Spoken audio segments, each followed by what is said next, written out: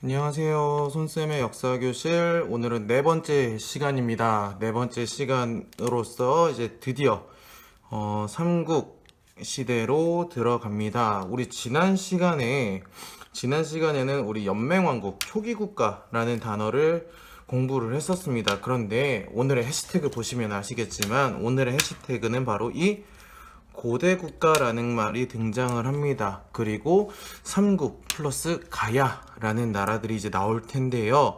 그렇다면 이제 지난 시간에 배웠던 연맹 왕국에 비해서 고대 국가는 어떤 게 다른지를 한번 살펴보도록 할게요. 아이고, 자, 카메라가 흔들렸네요. 자, 여기 있는 이 모습, 요 모습이 바로 연맹 왕국의 모습입니다.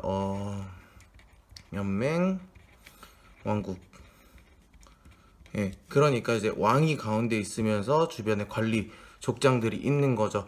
근데 왕 또한 족장 중에 하나이기 때문에 왕의 권력이 상대적으로 낮았다라고 여러분이 정리를 할 수 있습니다. 예를 들어서 우리 공부했던 고구려 또는 부여 같은 나라들이 여기에 해당되겠죠. 부여 같은 경우에 사출도 있었다는 거 여러분 기억해 주시고요.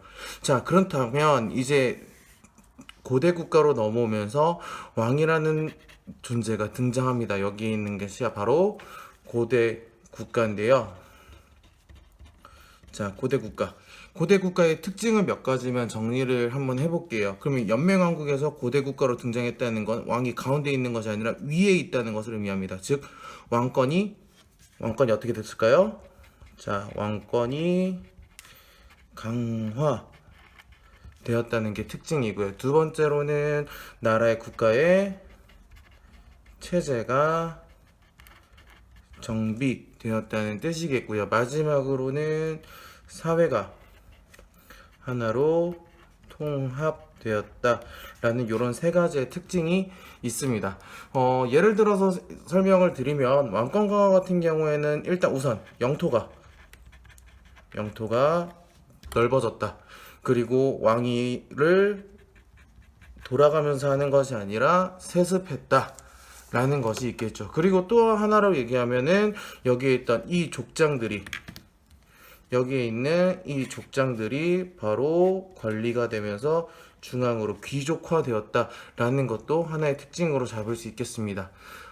두 번째로 체제 정비를 보면요. 일단은 율령, 이 당시엔 율령이지만 지금으로 따지면 법의 개념이 등장하기 시작했다라는 것도 여러분이 하나로 기억을 해주셨으면 좋겠고요.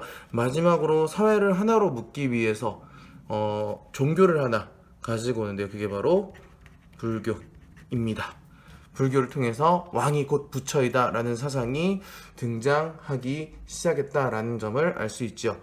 그렇다면 이제 고구려 그리고 백제 그리고 신라가 어떻게 체제 정비를 해가면서 고대 국가로 성장했는지 하나하나 살펴보도록 합시다. 네, 고구려부터 한번 살펴볼까요? 자, 고구려부터 한번 보도록 합시다. 고구려 같은 경우에는 태조왕, 고국천왕, 미천왕, 소수리망을 거치면서 국가의 체제를 정비를 했는데요. 먼저 태조왕 같은 경우에는 일단 영토를 넓혔어요. 옥저라는 땅을 정복을 했고요. 옥저 기억나죠? 읍군과 삼로 이야기했던 거. 그리고 또한 이제 왕을 이제 계루부인 고씨가 그리고 왕위를 세습해가는 특징을 통해서 태조왕이 점점 고대 국가로 성장해가는 모습을 보여줬구나라는 걸 볼 수 있습니다. 그럼 이세계 고국천왕 같은 경우에는 그 전에 오부족 연맹체였던 이 오부를 통합하는데요. 통합하는데 바로 부족적인 오부에서 행정적인 오부로 고쳐나갔다라는 것을 알 수 있습니다. 또한 왕위의 부자상속, 왕을 부자가 상속하는 제도를 마련을 했고요. 자, 그 다음에 4세기 들어와서 조금 시간이 건너뛰면서 4세기 들어오면서 미천왕이 그 전에 우리 고조선이 멸망하고 한나라에 군현을 설치했다 그랬었죠. 한 군현 중에 하나였던 낙랑군을 없애버립니다. 낙량군을 축출합니다. 네, 그러면서 요걸 통해서 대동강을 확보했었다라고 볼 수 있습니다. 예, 그러면서 영토가 확장되니까 고대 국가로서의 틀이 완성이 되겠죠. 그러면서 이제 소수리망으로 넘어가면서 그 전에 이제 그 사이사이에 하나의 위기가 옵니다. 그 위기에 대해서는 이따 백제하면서 다시 한번 설명을 할게요. 자, 소수리망에 들어오고 나서 체제를 완벽하게 정리를 하는데 체제 정비를 이제 율령을 반포하고요. 그 다음에 유교를 가르치는 태학을 만들기도 하고요. 그리고 이때 불교를 받아들이기도 합니다. 이러면서 고구려가 4세기까지 오면서 이제 고대 국가로의 틀을 만들어갔다라는 것을 여러분이 알 수 있습니다. 자, 이렇게 넘어가고요. 이제 백제로 한번 넘어가 볼까요? 자, 백제입니다.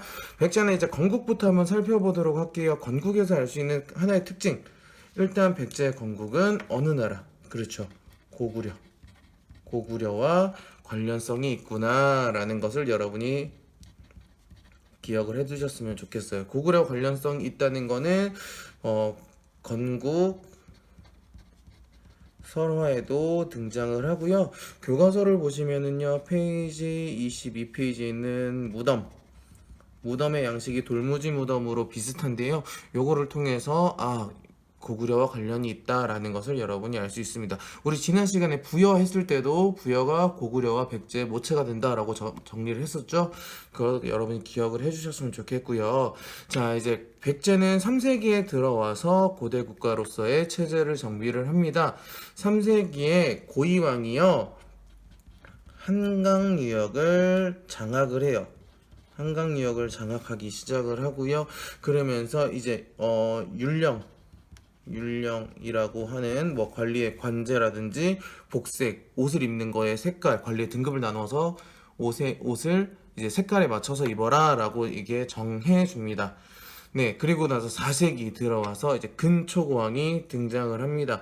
근초고왕이 어떻게 보면은 백제의 가장 전성기를 이끌었던 왕이라고 볼 수 있는데요. 근초고왕은 일단 영토적인 면에서는 마한 지역을 통합합니다.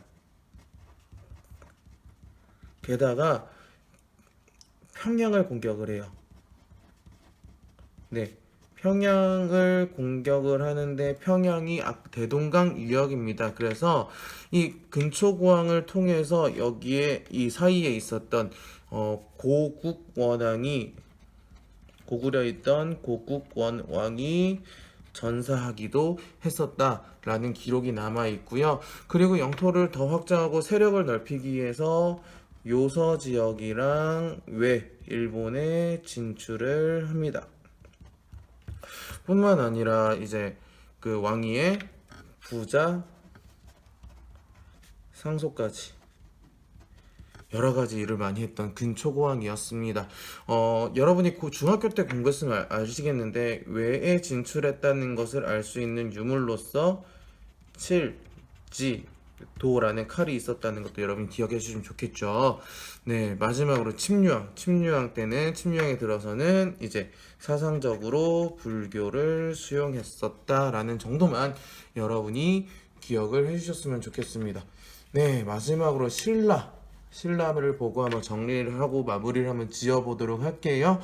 자, 신라의 건국입니다. 신라의 건국 누가 했죠? 그렇죠. 박혁거세가 했습니다. 박씨가 먼저 왕이 되었다가요. 그러면서 이제 시간이 지나면서 박씨, 석씨, 김씨가 차례차례로 왕이 됐습니다. 그때 당시의 왕을 우리는 이사금이라고 이야기를 합니다. 돌아가면서 이사금이 되었었는데요. 4세기까지만 하더라도 신라는 어떻게 보면 나라의 틀이 아직까지 완성이 되지 않았었는데 이 내물왕에 들어서 어떻게 보면 내물 이사금, 그 왕을 이사금이라고 했으니까 이사금이었는데 내무랑 때 들어와서 이제 체제가 정비가 됩니다. 일단 우선 삼안에 아까 여기 마한 지역이었지만 여기는 진안 지역을 통합을 하기도 하고요. 그 다음에 여기 박석 김씨가 돌아가면서 왕을 하던 거를 김씨가 세습하도록 돌려놨고요. 그리고 왕도 아까 여기에 있었던 이사금이라는 호칭에서 어떻게 보면 마립간, 대군장이라고 하는 마립간이라고 호칭을 바꾸기도 했었습니다. 그런데 이 네무랑께는요, 왜가 신라를 괴롭히러 한번 왔었어요. 그때 신라를 도와준 나라가 있었으니 바로 그 당시 나라가 바로 고구려입니다. 고구려. 고구려에 도움이 있었다. 고구려에 한번 도움을 받았었다. 이를 통해서 외와 그리고 주변에 아래에 있었던 가야를 견제할 수 있었다. 할 수 있었다라는 것도 기억해 주시고, 하지만 고구려의 도움을 받았기 때문에 고구려의 간섭도 받았었다라는 것도 여러분이 기억을 해주셨으면 좋겠습니다. 자, 마지막으로 가야를 정리하고 오늘 수업을 한번 마무리해 보도록 하겠습니다. 가야의 특징으로는요, 가야는 아까 여기 마하, 진안이 있으면 가야는 삼한 중에서 변한 지역이에요. 우리 변환의 특징 무엇이 있다 그랬었죠? 그렇죠. 우리 철이 유명하다고 했었습니다. 철. 그리고 농경이 발달했던 사회였습니다. 그러다 보니까 중국의 아까 한 9년 중에 낭랑이랑 고구려가 이제 그 미천왕이 아웃시켰던 낭랑군과 그리고 일본 사이에 외 사이에서 중개무역을 하면서 성장을 했어요. 네, 중개무역을 하면서 성장을 했었다라는 것도 기억을 해주시면 좋겠고요. 가야는 일단 6개의 나라로 구성이 되어 있는데요. 그 중에 이제 대표적인 나라였던 전기 가야 연맹을 주도했던 나라가 바로 금관 가야라는 나라가 있었습니다. 근데 금관 가야가 이 고구려의 도움, 그리고 고구려가 신라를 도우면서 이 금관 가야를 공격을 해요. 그러고 나서 이제 고구려의 공격이 있고 나서는 대가야로 세력이 이동합니다. 이렇다는 것은 여기는 진안 지역을 통합하고 그리고 백제는 마한 지역을 통합을 했지만 가야는 변한 지역을 전체를 통합하지 못했어요. 즉 가야의 특징으로 여러분이 기억을 해 두셔야 될 거는 고대 국가로 성장하지 못했다라는 것을 특징으로 들 수 있겠습니다. 요 정도로 한번 오늘의 수업을 한번 정리를 해볼게요. 여러분이 한번 잘 정리를 해보시고요. 수업 시간에 만나도록 합시다. 고생했습니다.